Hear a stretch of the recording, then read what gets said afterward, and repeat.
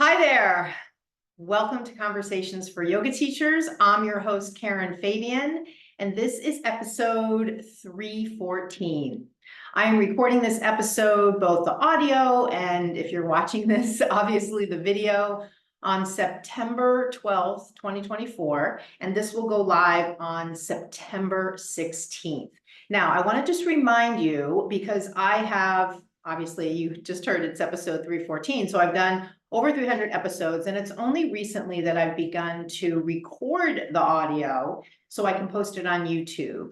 And if you're listening and have been a listener, or you're a first-time listener, know that I'm not going to do anything on the video that you need to see. I simply wanted to create another content format for people who might find me on YouTube. So you could be listening and watching. Either is fine. You're not going to miss out on anything.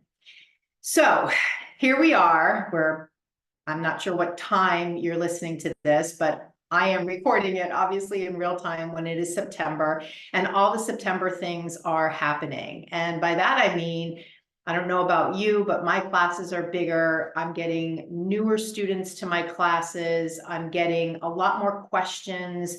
People are just energized, as they typically are this time of year. It's just the natural ebb and flow of what happens when, kids go back to school. Even adults, we get into the mode of taking on new things. Not everybody, but I can certainly obviously speak for myself, and that's the mode I'm in. I've actually signed up for a conference this weekend on the future of yoga, the future of yoga teaching, which is something that my intuition has been drawing me to, both on a global scale and also on a personal level. And I want to share a little bit about that with you today. And also, really invite you to not only think about what does your future look like with regard to you as a teacher. Also, as you hear me just speak to it a little bit in terms of my thoughts about myself, if you have any thoughts or feedback from me as a longtime listener of the show, maybe as someone who has been in my program, maybe someone who's followed me on Instagram, I invite you to send me a DM on Instagram. My Instagram is Bare Bones Yoga, as you listen to this part of the episode, and you might be inspired to share your thoughts. The other thing that I did, which is really cool, is I signed up to take an online course, which is a refresher on the Yoga Sutras. And I'm really excited about this. I don't know about you, but it's been some time since I've picked up my Bhagavad Gita and the Yoga Sutras and done some readings of them. And even though I don't speak a lot to classical yoga philosophy in my classes, mainly because they're chock full of functional movement and my cueing is 100% around that, I do like to stay in touch and obviously deeply respect the history and tradition of yoga. So I'm very excited to take this. So I'd love to know from you, what are you excited about? What courses are you taking?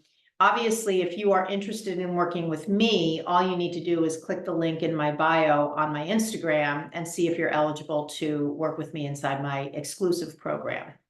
And just FYI, if you don't know, the program is called the Yoga Anatomy Blueprint Learning Program. And the focus is to help you build your confidence and your skills, specifically around how to share better cues, clearer cues, how to easily build your sequences and be able to remember it without notes and by doing the walk and talk, and how to master your mindset so you truly feel confident, you feel like an expert, you feel like you know what you're doing.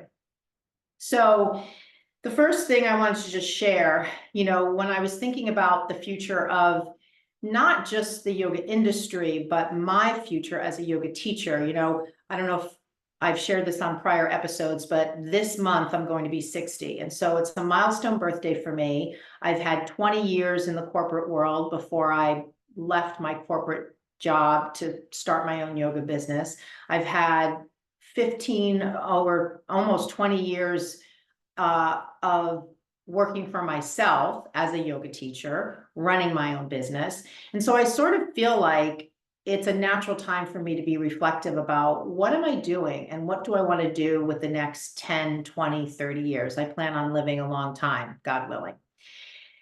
And so it got me thinking about, over the past 2 years specifically, how many teachers have I worked with inside my program? How many teachers have I helped in the very specific way that I just described?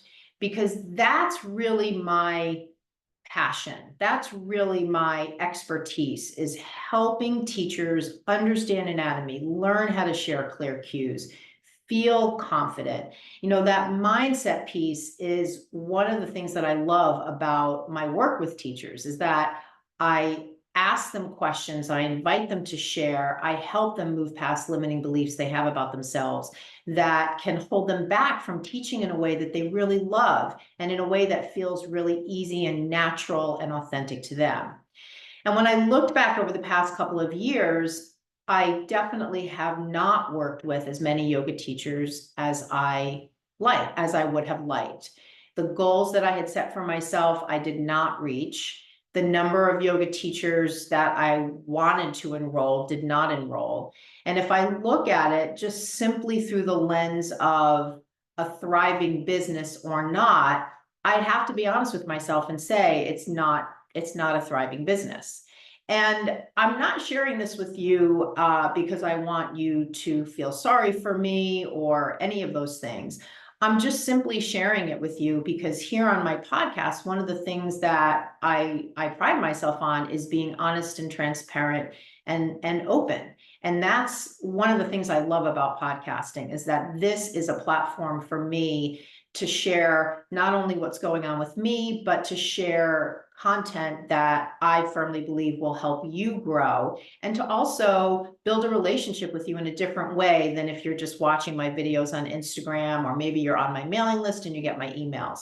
I think there's something about podcasting that makes it a really personal experience.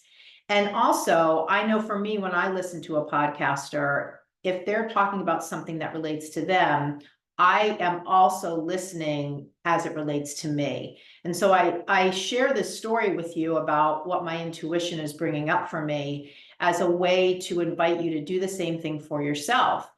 Because, again, over the past week or so, as I've reflected on the past 2 years in particular, where I've really ramped up my offer, where I've really ramped up my marketing efforts, where I've really ramped up the reach out that I do to teachers, and yet I have not seen the enrollments that I would like to see, it really does make me question, is this something that teachers want?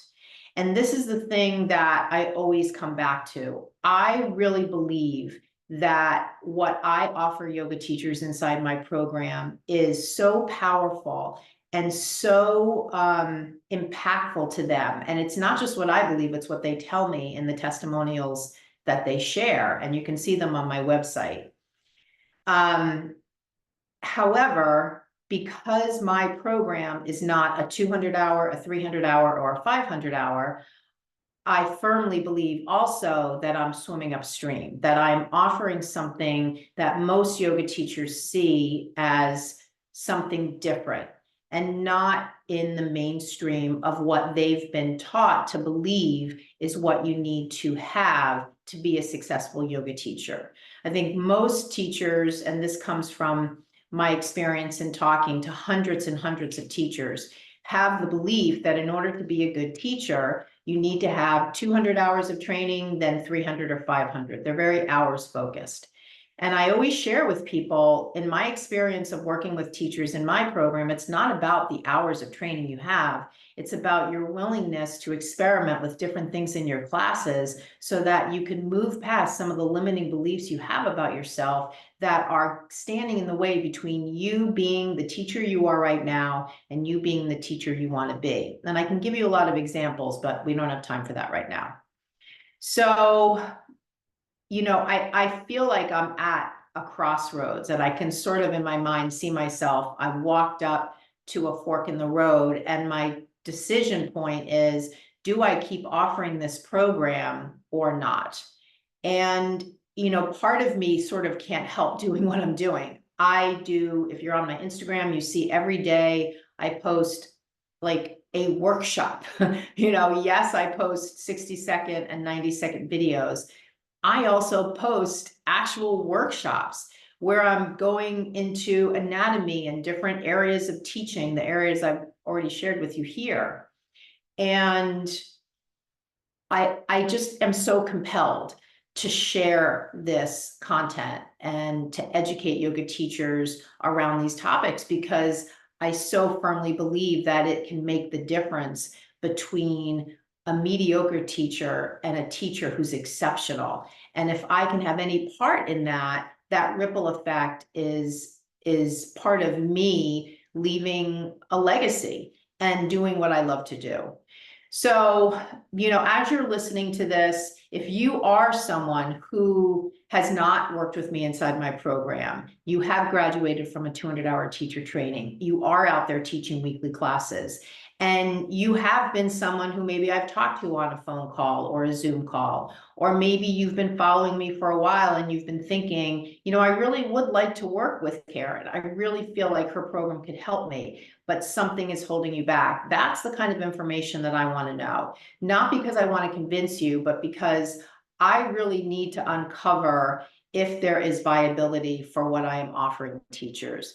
Because if there's not viability, then I need to pivot and do something different, because it doesn't serve me to continue to spend my time and money marketing a program, offering a program that not enough people want, in order to justify the time and effort and money that I'm putting into offering it.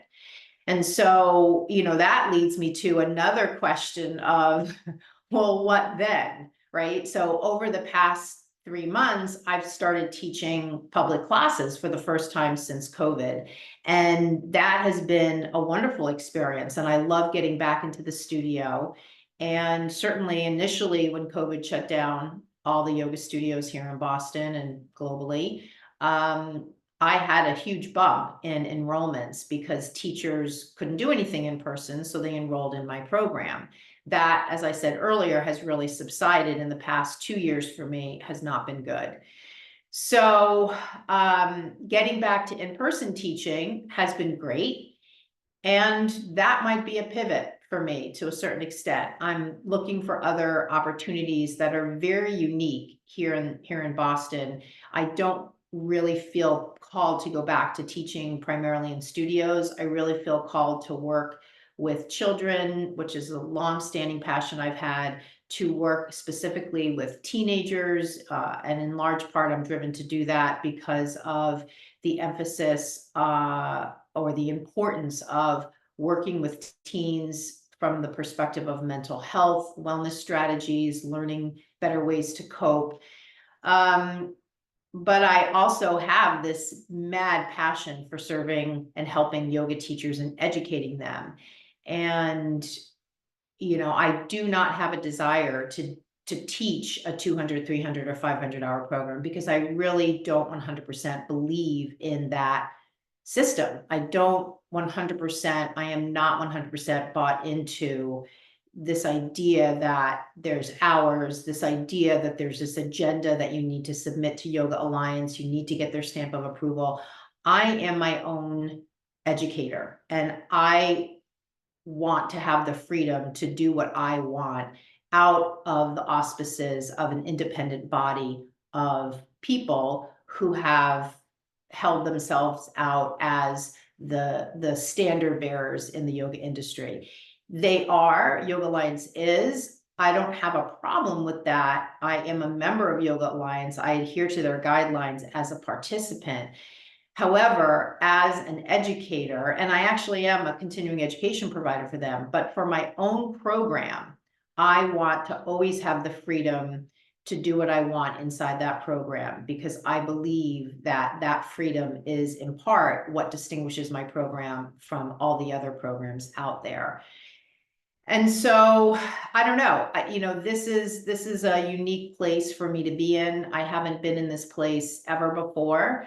I've dedicated the past 20 plus years of my life, maybe a little less, but definitely, I don't know, I'd have to look at the calendar, but at least 15 years of my life to educating yoga teachers in the way I'm doing it.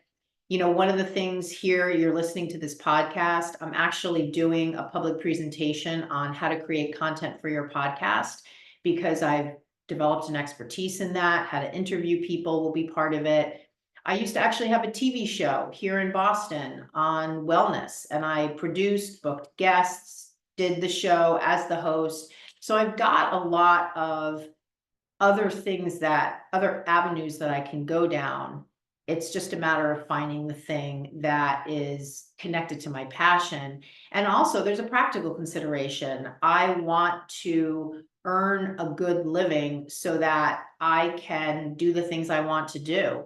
Earning money, having that freedom that money provides allows me to live the kind of life I want to live. And so that's just, I invite you, as I said earlier, to hop on my Instagram. If you're one of those people who has been on the fence about enrolling, let me know why, because, sometimes it just takes a couple of tweaks to an offer and it can take off. I have been in I've been in 2 entrepreneurial programs where I've worked with and been part of as a group, many different entrepreneurs in many different areas. I've seen people's programs on photography, on nutrition, on women's health, on money management. I've seen people that are in very different areas than the area I'm in create an offer that takes off. They have hundreds of students enrolling in their programs every single month. And that's what I want. I mean, I'll be really crystal clear with you. I would love to have 10, 20, 30 teachers every single month enrolling. And what I actually have is 1 or 2 every month enrolling. And I really want to have that higher level. And because I've taken entrepreneurial programs, because I know a lot about online marketing, because my program is an online program, I have a really high level of expertise around how to get the word out about my program. So it's not about that. I have Facebook ads. I know how to do calls with people to understand if they're a good match for my program and if I can help them. So those are the techniques that you need. Ultimately, though, at the heart of it is you need to have an offer that someone wants. And so you're listening to my podcast right now. That means you are in my target audience. The question is, are you done with your 200-hour training? Are you out there teaching teaching paid classes? That is really the heart of who I am looking to help. And if you are, and you want to give me some feedback about my offer, I invite you to do that by sending me a DM on Instagram. I want to go so let me just button up that part of the conversation today by saying, as I make decisions about pivoting, I will certainly let you know when I come on future episodes here and keep you in the loop, especially if you are someone who has been on the fence about enrolling. And now that you're hearing me talk in this way, you might be thinking, oh my God, I better get off the waiting list here and enroll before she, stops offering this program. So that would be another reason to reach out to me.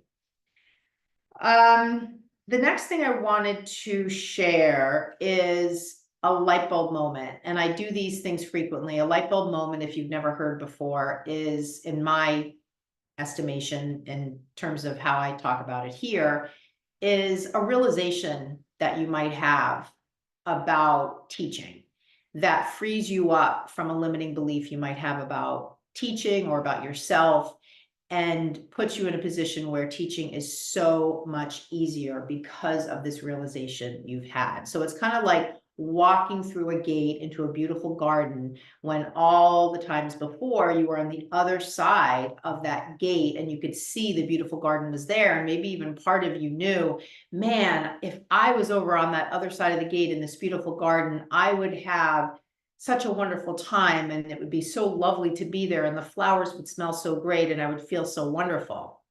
And oftentimes in my work with teachers, that's a metaphor for what they're experiencing. They know on the other side of that metaphorical gate how they want to feel as a yoga teacher. It's just that they're on this other side, teaching in a particular way with certain habits, and they're not feeling the way they want to feel. And I've emphasized this on past episodes. It really is in large part, how do you feel? Too many yoga teachers, though, are thinking about, do they like my class? What are my students doing? All of that is external to you. I want you to look at and observe how you are feeling when you're teaching, because how you are feeling is 100% a flag, a notice, an awareness to you about whether or not you're on the right track for yourself. And so the light bulb moment that I want to share from one of the students in my program came from this conversation we had, where she started to realize that as she was teaching her classes, she was somewhat running short. So she'd be teaching a class and she would look at the clock and there'd be more time left than she had anticipated. And so she would come up in the moment with a couple of extra things to do. That is amazing. That is great. We want to be able to be versatile. We want to be able to think on our feet. By the same token, we also want to be able to go in and teach a sequence that we know fits in the time frame that the class is for. So if the class is 60 minutes, we want to know that when we go in to teach our class, we've got enough in our prepared sequence to fill that container of 60 minutes. Because when we have to think on the fly, that's when mistakes can happen. That's when we can get nervous. That's when we can feel off track. That's when we can have mind going blank syndrome. And so we don't want any of those scenarios to come up. So what this light bulb moment was for this teacher is in realizing how important it was for her. And this is a very common experience. So this is not just for her, to stick with the same sequence over and over again. Because in sticking with the same sequence, you will get better and better at remembering it and testing the timing. It's really hard when you're practicing your sequence at home to transfer that to the studio and have it fit exactly. It really only happens in the process of teaching it that you can truly test the timing of it. And this is another reason, and I talk about this a lot, but I talk about it a lot because it works. This is another reason to teach the same sequence from class to class until you can do it with your eyes closed, with one arm behind your back. And obviously those are metaphorical statements, but the idea is it becomes just part of who you are. You don't even need to think about it. You don't need to worry about the class running short. You don't need to worry about mind going blank. You just know what you're doing. Of course, there are minor variations you can add that don't change the architecture of the sequence. You could make it a little faster. You can make it a little slower. You could add more silence. You could speak to foundation. You could speak to breath. You could speak to a particular type of cue. You could speak to a particular part of the anatomy. Those are all variations you could do Monday, Tuesday, Wednesday, Thursday, Friday, from class to class to class, to give the same sequence with the same architecture, with the same poses, a different feel. So don't come at me and say, I can't teach the same sequence over and over again. My students will get bored. What I just shared with you are ways to switch it up without changing the architecture. And that is just a belief. Your students will most likely not get bored. And even if they do, what's more important is you serving you. Because when you resist this idea of teaching the same sequence over and over again until you can teach it really well, out of a belief that one random person might get bored, it's like the tail wagging the dog. You are jumping through these hoops, being unprepared in service to an imaginary person that might be bored. It's just a belief, and it doesn't even make logical sense. Because even if there is someone that would get bored, who cares? You're not there to meet every single person's individual need. And it's more important, if we had to rank in importance, it's more important that you be in control versus every single person in the class thinking this is the best thing since sliced bread. Because if you're not in control, you can't serve anybody in that class. So I've gone over this a lot. I don't want to go further into it. Again, you can do whatever you want. I always say that. I am here to share possibility for you, because the possibility for you in teaching a regular sequence or the same sequence over and over again is you get really good at it and you feel great and you feel like an expert and you know what you're doing and you have so much more brain power and presence available to cue your students, to change your cues, to deal with the unexpected thing that comes up. It just serves you so much more in terms of being the kind of teacher I would imagine you want to be. Unless you want to be the kind of teacher who brings in notes, who practices with their students, unless you want to be the kind of teacher who gets nervous, who forgets what comes next in the sequence, who stresses out. Like, I'm obviously being facetious, nobody wants that. So the other thing that I wanted to share in the Mindset Minute portion of the episode, and this is another segment of the podcast I do pretty regularly. This was really powerful. I had a conversation with a teacher recently where she shared many years ago, someone had said something negative to the studio owner about her class. And it got back to her, and she actually didn't know who said it. It was passed to her, maybe even through the studio owner, is I think what it was. And it wasn't like a long conversation. It sounded, in her recounting to me, it was just simply a statement or two about her class. And she really took it to heart, and she has not let it go. And she's not let it go to the point where, when we were having a conversation in the Now Times recently, she brought it up as a barrier to her doing what she wants to do in her classes because of what this person said years ago. And this is not a unique situation. And I know that not only because I've had a similar conversation with other teachers, I also know it because I created an Instagram post this week about it, and it got almost 100 likes in 24 hours. And the Instagram post just basically said something like, you don't need to believe what that one person said about you and your yoga class. And so this is the Mindset Minute piece that I wanted to share with you. You know, number one, we have all had those experiences where somebody comes to our class and they don't like it. Number two, that is just their opinion. Number three, what is available to you if you let go of that person's opinion about your class? Because I would imagine if you let go of what that person said about your yoga class, you'd probably have so much more freedom. You'd have just less fear, less anxiety, less feeling like an imposter, less hesitation to do what you want to do. You'd probably feel more confident. You'd probably feel relief. Everybody that comes to your class is going to have an opinion. And in fact, people that don't like your class, maybe it has very little to do with you. Maybe they were just having a bad day. And further, do you have proof that there are people that actually enjoy your class? Maybe because you have regulars that show up over and over again. Maybe because you've had people say, hey, good class, thanks so much, right? So when you have proof to the contrary, that can help you let go of the limiting belief that you have that's attached to what this one person said. And again, when we really step back and realize that we cannot be the yoga teacher for everybody, we cannot control what people think. All that we can control is what we think and where we choose to put our attention. And so in this conversation I was having with this teacher, and I was realizing that she had taken this such to heart that it was even years later still holding her back from doing the things she knew she needed to do to be a better teacher. That's the opportunity. That's you standing on the other side of the gate, seeing the beautiful garden on the other side of the gate, and giving yourself the choice. Would I rather stay here with this limiting belief about this random person that didn't like my class, versus walking through the gate, doing what I want to do and reaping the benefits of that? Because when I reap the benefits of doing what I want to do, guess who else reaps the benefits? My students.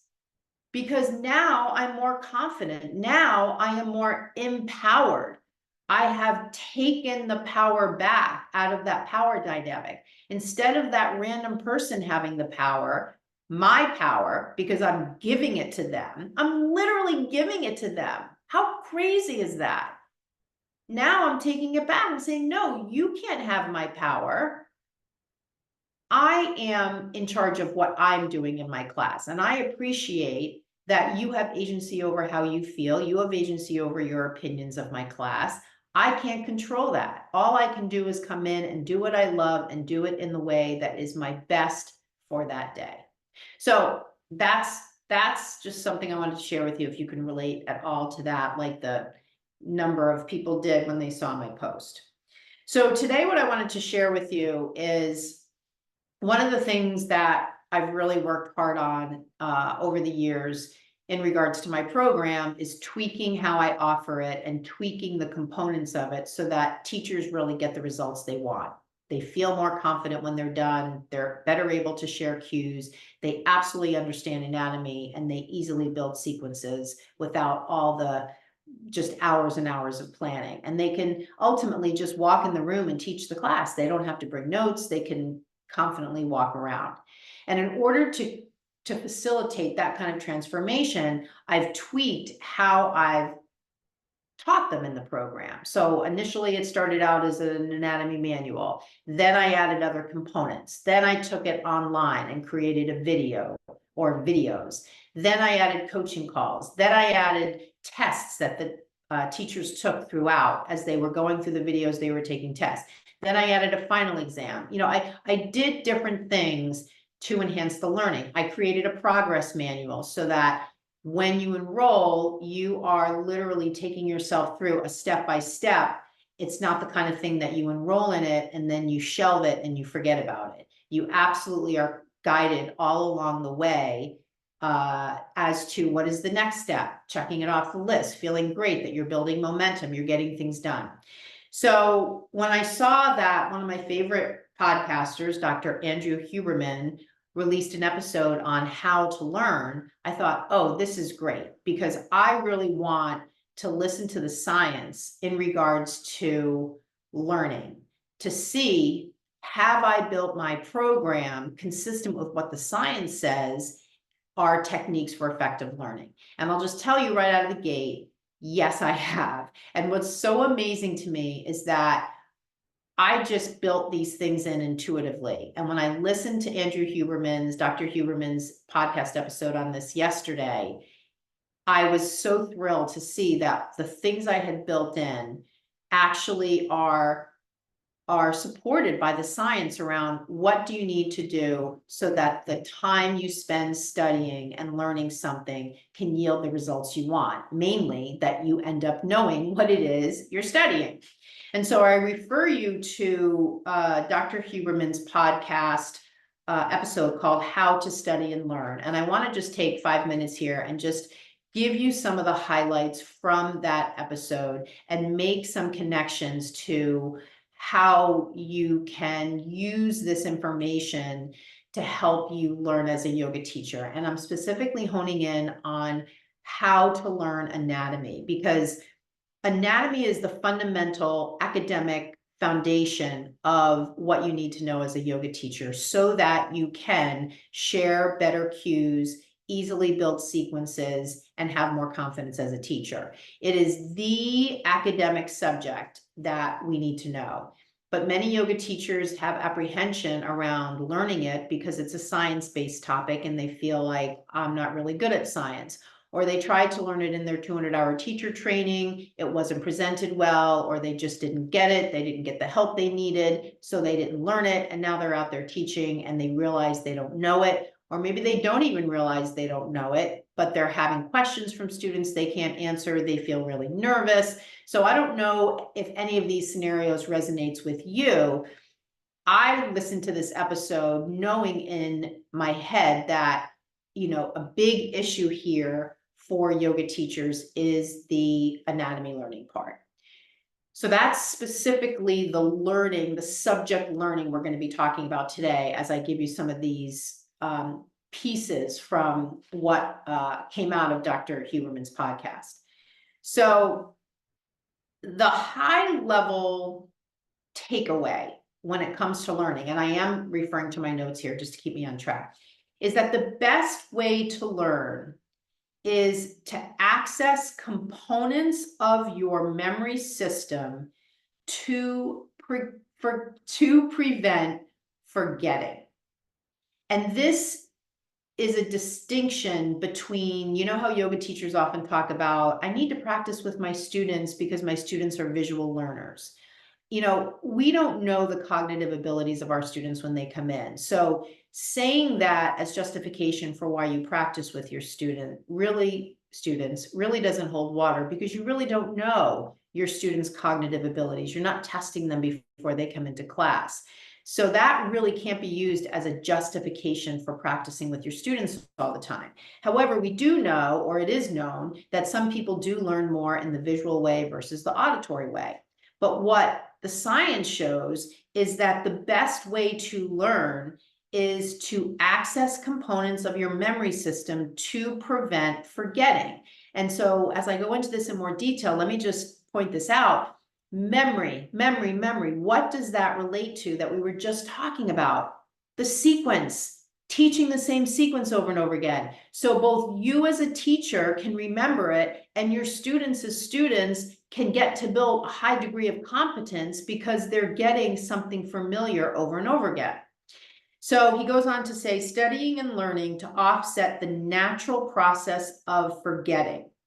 And, you know, that's really what the science is bearing out, is that it's really more about how can I study in such a way that I prevent that forgetting that happens. You know, when you study anatomy and then the next day you say, God, it just went right in one ear and out the other. I can't remember anything I learned.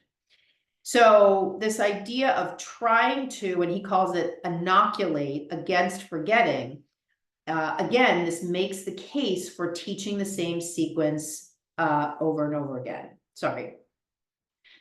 So remembering things is the way to gain mastery over them. And I love this idea of gaining mastery. I don't typically use that word. It's just such a great phrase though, because wouldn't you want, when you go into your class, to have such a knowledge of anatomy that you are a master at it? You are sharing it in your cues. You are looking at the students move on the mat and you intuitively know what's going on, what some of the limitations are, because you have mastered anatomy at such a level that you can just look at people and offer modifications to help them get into the poses in better alignment. That's what we're talking about. So let's just quickly take a pause here and talk about what is learning. So learning from a cognitive standpoint, from a neuroscience standpoint, is what's known as neuroplasticity.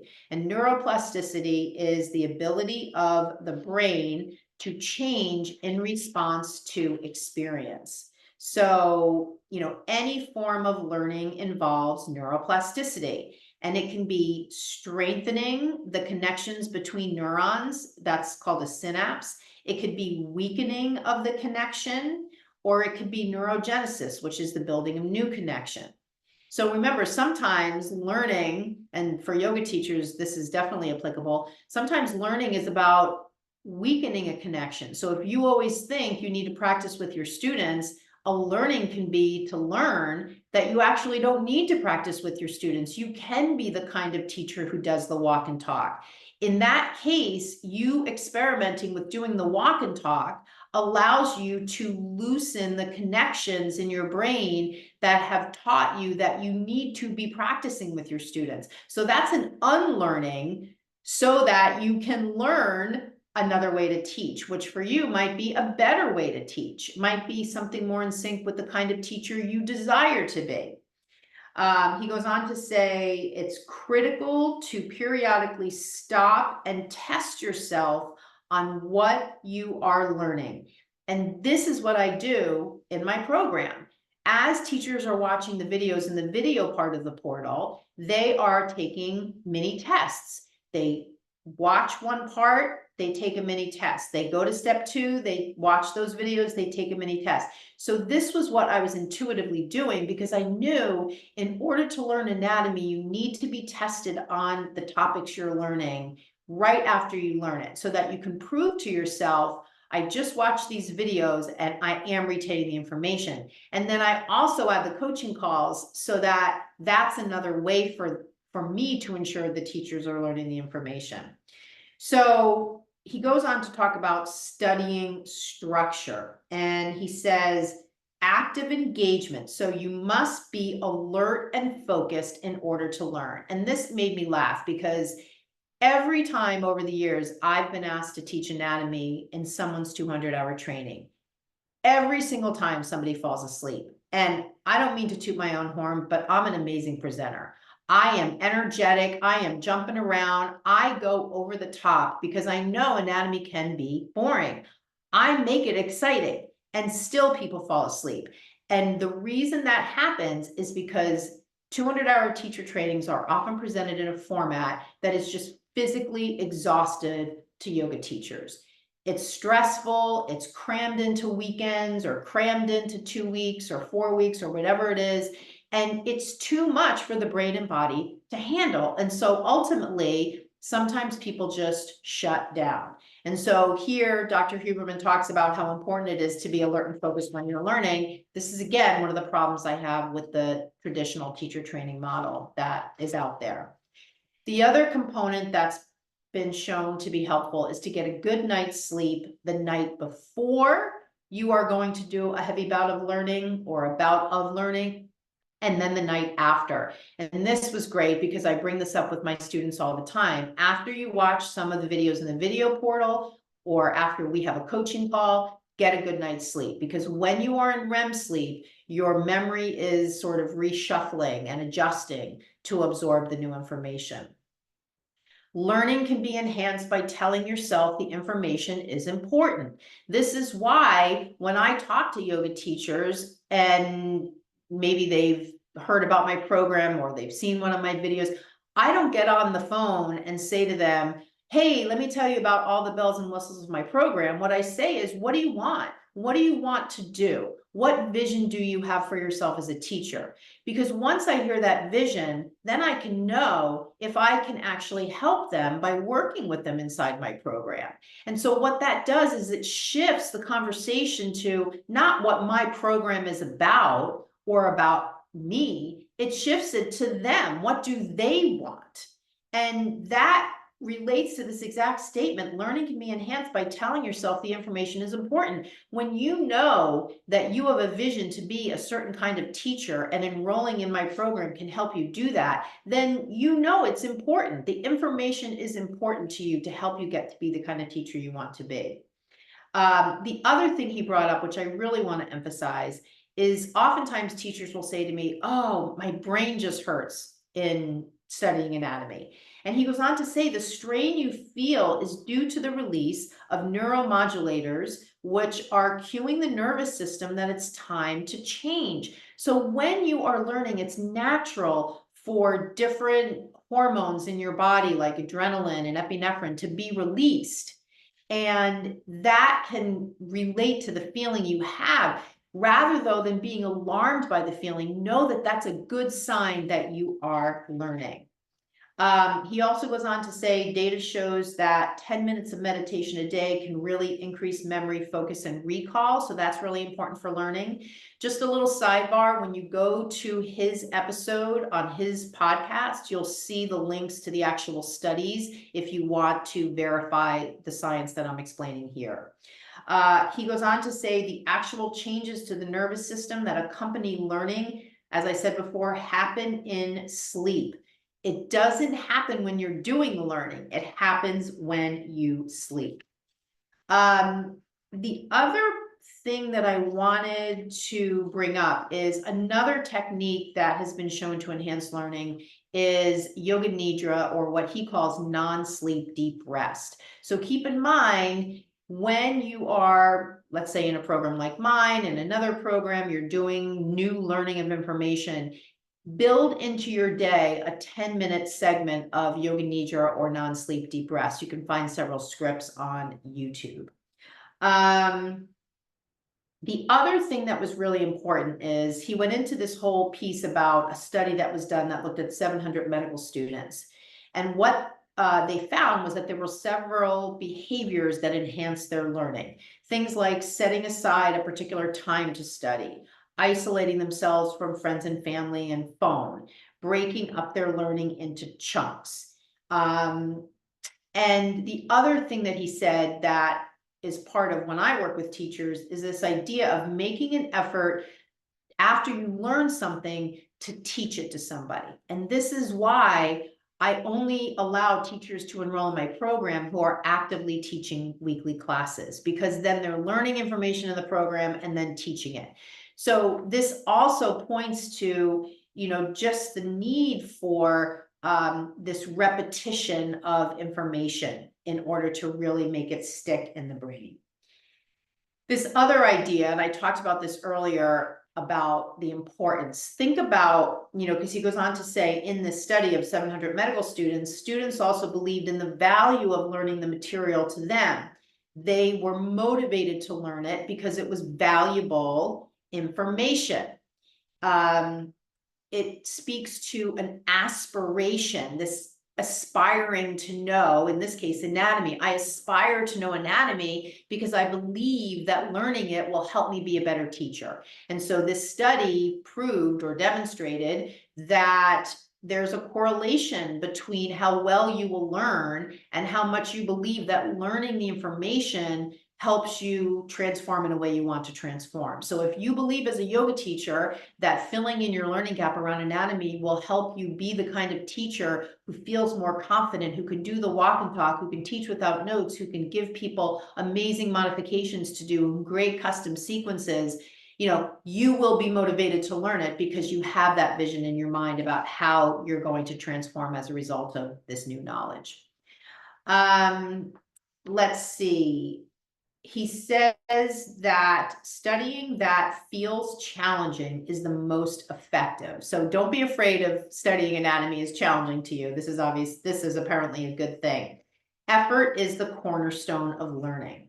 And then he goes on to talk about this whole part of the science that demonstrates that testing is a great way to build knowledge and to offset forgetting. And it's so much better than rereading. And I fell out of my chair when I heard this, because so many yoga teachers that I talk to tell me that they're done with their 200-hour training. They're trying to figure out anatomy on their own. And how they're doing it is they've bought an anatomy book and they're reading it over and over and over again, or reading pages over and over again, or watching videos over and over again. And this demonstrates that you will not learn in that way, especially when it comes to anatomy. And this is why in my program, I have these tests that are throughout the 10 steps of the learning of anatomy. And he goes on to say, testing is a great way to build knowledge and to offset forgetting versus just evaluating knowledge. He says studying something 4 times and then taking a test, or studying it any amount of time, like study something, take a test, study something, take a test.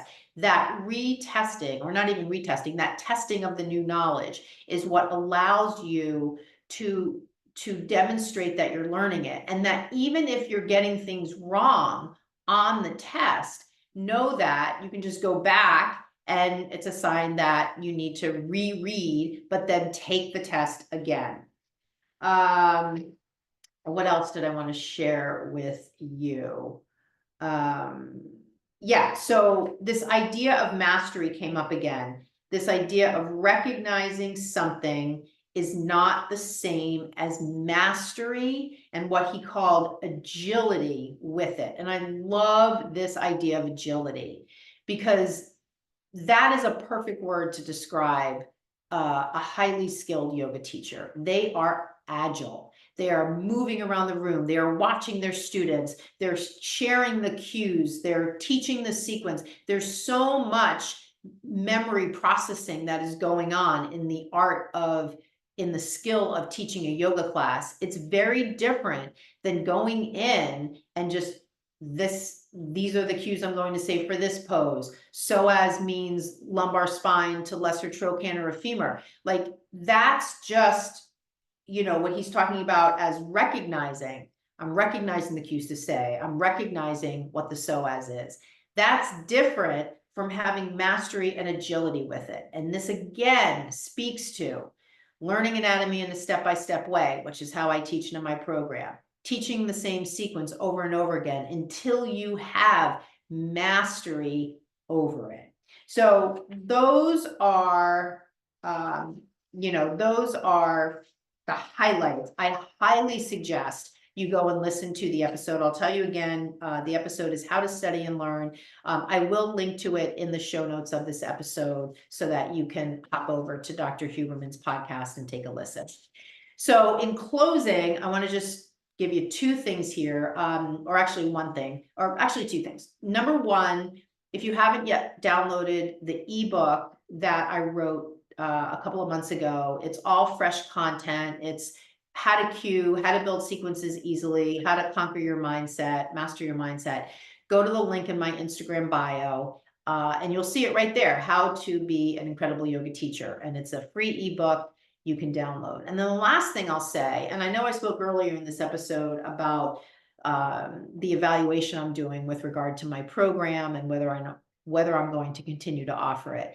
However, we are in the month of September. Any changes I make are not going to happen in September. And so in my last episode, which was the first episode of the month of September 2024, I did speak about a September accelerator opportunity. So if you're listening to this, if you are interested in finding out if you're eligible to enroll in my program, you're curious about it, I am running a September opportunity for an accelerated experience where you'll get results faster than the 90-day container I normally offer. So if you're interested in learning about that and what that might offer you as a yoga teacher, just send me a DM on Instagram with the words September Accelerator. Let me know you heard it here on the podcast, and I can share more about it with you. So thank you so much for watching. Thank you so much for listening. And I will talk to you on the next episode of Conversations for Yoga Teachers.